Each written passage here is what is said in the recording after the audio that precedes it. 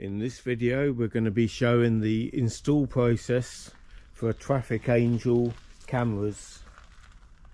They're a nice discreet little camera that lets you have peace of mind either when you're driving or when you're sleeping in the back of your camper van. I want to say thank you very much to Mel, who did a video of Traffic Angel installing his. So after having a chat with Steve at Traffic Angel, we decided to have one on the side here which faces backwards, as I don't have a high roof, and then I've put one up by the GPS, and then we've got one on the opposite wing matching, and then if we go round to the back of the van, we've got it actually on the centre of the rear door. It took me approximately half an hour per camera to drill them in place and connect them, and then it took me about a day to run all the cables through. So that's a 10-hour day. You could get it all fitted in. I've just been sorting out the cables for the Traffic Angel DV unit. So this is the hard drive unit. It has 2 SD cards in it, which are locked via a key so people can't take them out, and then it just has the inputs on the back. It's very straightforward to install. I don't know if there's an instruction video or not for it, but it's all labelled very nicely.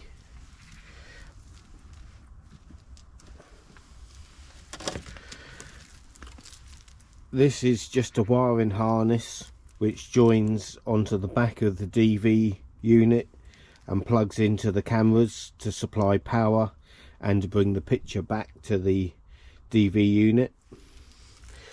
And then this item is the wiring harness. This end just plugs into the unit, very straightforward. The other end looks like a lot of wires, but once you've bundled these wires out of the way, so these are all cables that I'm not using on this particular setup, so all we'll do is just bundle those off and keep them tidied up somewhere, which means we're just left with 5 wires. This one is for the GPS unit, so it can track where you are on a map, so that one's very straightforward. Then we have this one which goes off to a permanent live, which is labelled battery. This one is ground, so that's your earth. This one is ignition, so when you turn the ignition on, the whole unit starts up.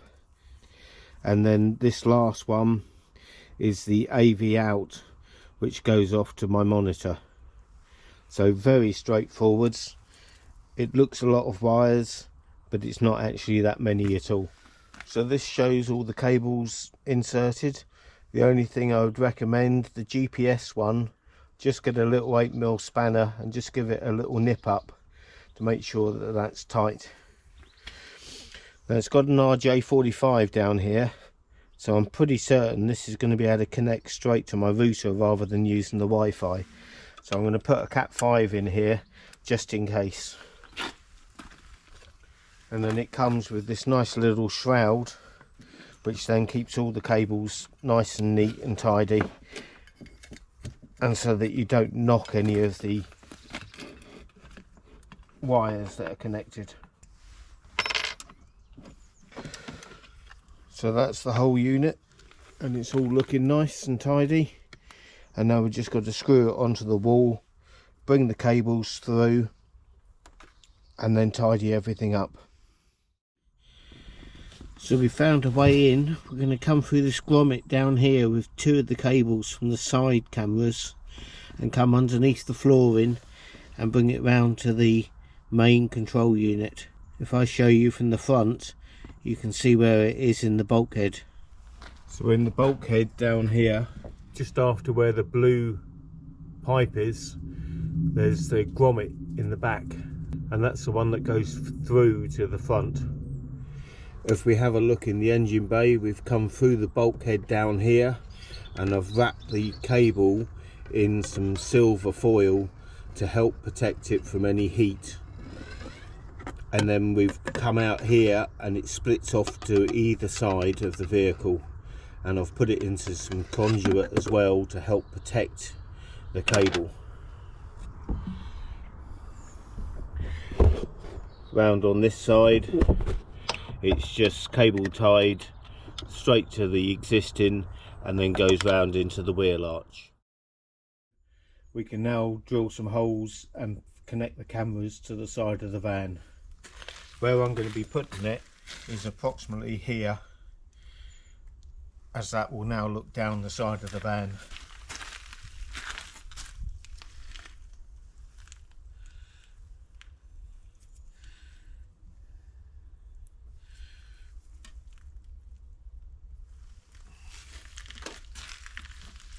We start off with a 3mm drill bit for the self-tapping screws.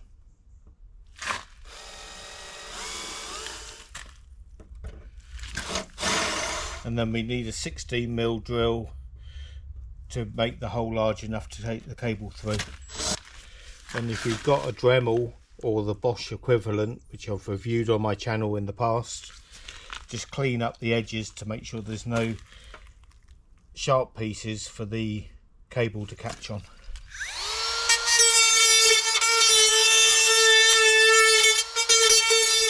And then before you put any protection on this metal work, just put the countersink screws into the holes to cut the thread, or otherwise you'll just be cutting your paint straight off.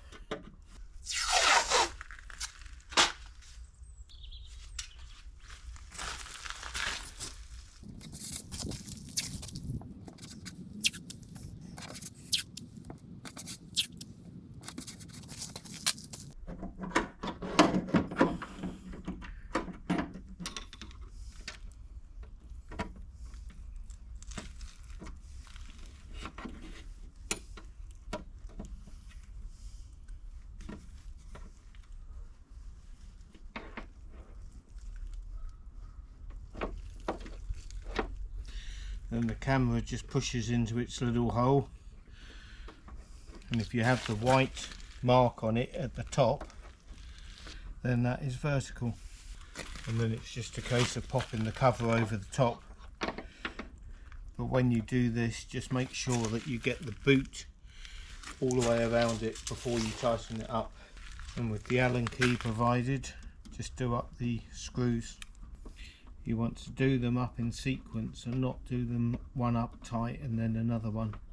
You want to pull the whole unit together in stages. Before you tighten it up, you can also adjust this camera in and out and up and down as well, but I already know that's the angle that I want it at.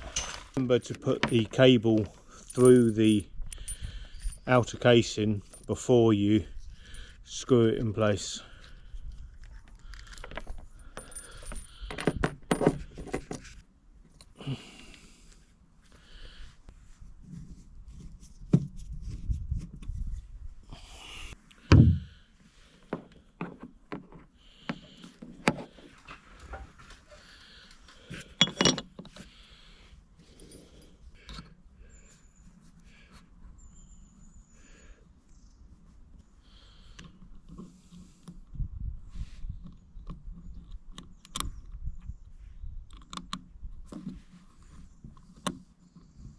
Now before I tighten this one up, I'm just going to have a look on the phone to see what angle it's covering. That's better, quite like that angle. And then we just tighten them all up in sequence. This is the live cable going off to the monitor.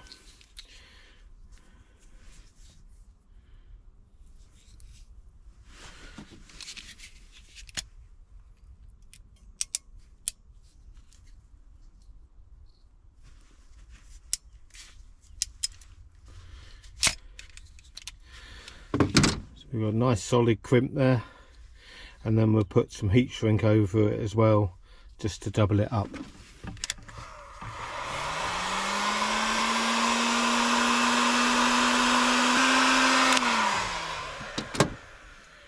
nicely prepared cable now. This will be going onto the fuse box that was supplied with the kit.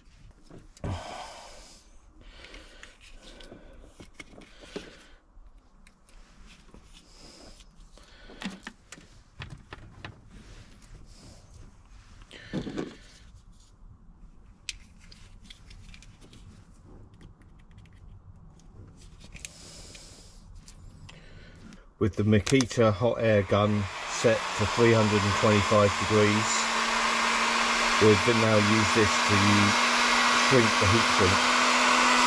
I prefer just using a thin nozzle on the end because I can manoeuvre around the heat shrink better rather than the one that has the curve on it, which does all of it in one go.